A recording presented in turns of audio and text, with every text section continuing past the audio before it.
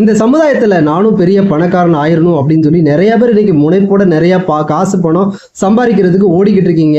அப்படி ஓடிக்கிட்டு இருக்கும்போது நீங்க வந்து உங்களோட தேவைக்கு நீங்க உங்க பணத்தை கூட நீங்க எடுத்து செலவு பண்ண முடியாத அளவுக்கு நீங்க இருந்தீங்க அப்படின்னா நீங்களும் ஏழை தான். அதே மாதிரி நீங்க சிக்கனமா இருந்து காசு பணத்தை நீங்க சேர்த்தீங்க அப்படின்னாலும் நீங்க ஏழை தான். யாருக்கிட்ட பணம் சேரும் அப்படின்னா, எவன் ஒருத்தன் தாராளமாக தேவைக்கு பணத்தை எடுத்து வெளியே எடுத்து செலவு பண்றானோ அவங்கிட்ட தான் இந்த பிரபஞ்சம் பணத்தை வந்து குமிக்கும். இன்னைக்கு எந்த தேவைக்கும் நீங்க வந்து உங்க காசை கூட நீங்க எடுக்காம இருந்துக்கிட்டு வீட்டில் வெள்ளையடிக்கிறதுல இருந்து வீடை கிளீன் பண்ற வரைக்கும் எல்லா வேலையும் வந்து நீங்களே எடுத்து போட்டு செஞ்சு யாருக்கும் ஒரு காசை கூட கொடுக்க கூடாது, நம்மளே செய்யும் நீங்க நினைச்சீங்க அப்படின்னா கடைசி வரைக்கும் நீங்க வேலை பார்த்துக்கிட்டு தான் இருக்கணும். கடைசி வரைக்கும் நீங்க ஏழையா தான் இருக்கணும்.